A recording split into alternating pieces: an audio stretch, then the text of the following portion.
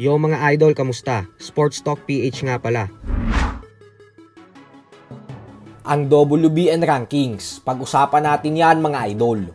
Ngunit bago ang lahat ay huwag kakalimutang mag-subscribe at i-click ang notification bell button for more sports talk.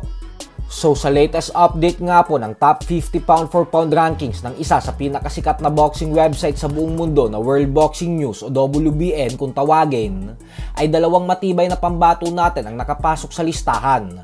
At ito nga po ay walang iba kundi ang angas ng Pinas former 3 Division World Champion Janrael Casimero na pang number 42.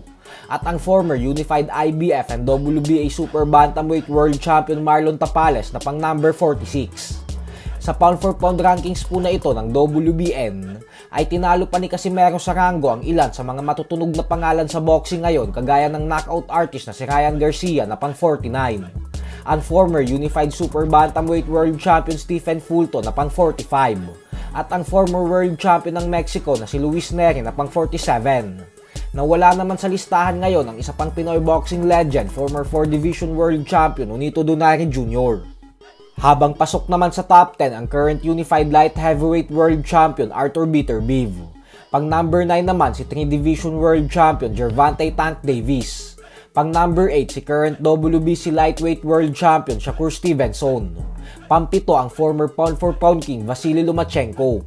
Pang 6 ang WBA Light Heavyweight World Champion Dmitry Bivol.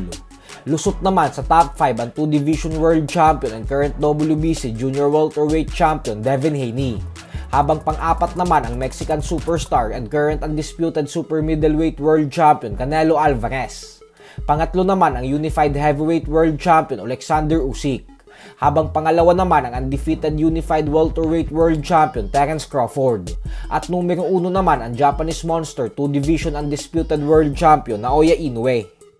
Sa kabilang banda naman mga idol ay tila hindi nga po naging maganda ang naging resulta ng kick-off press conference para sa bigating rematch ng former undisputed Junior Welterweight World Champion Josh Taylor at ng matibay na contender na si Jack Catterall. Ito po ay dahil sinakal ni Catterall si Taylor ilang segundo pa lang sa kanilang face-off, kaya naman kinailangan agad silang awatin at ipaglayo ng mga seguridad. Maliwanag po na ayaw talaga ng dalawang ito sa isa't isa. Lalo pat madami ang kumbinsido na talo talaga dapat si Taylor sa unang laban nila mahigit 2 taon na ang nakakalipas.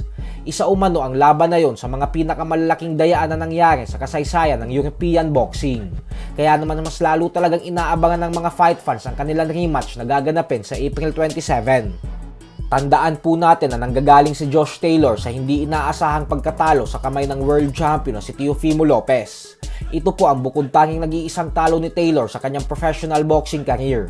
Habang si Catterall naman ay magmula nang matalo siya ni Taylor, ay nakabango na po ito dahil nanggagaling siya ngayon sa dalawang magkakasunod na panalo. Kasama na dyan ang panalo niya kontra sa legendary boxer na si Jorge Linares. So hanggang dito na lang po muna tayo mga idol.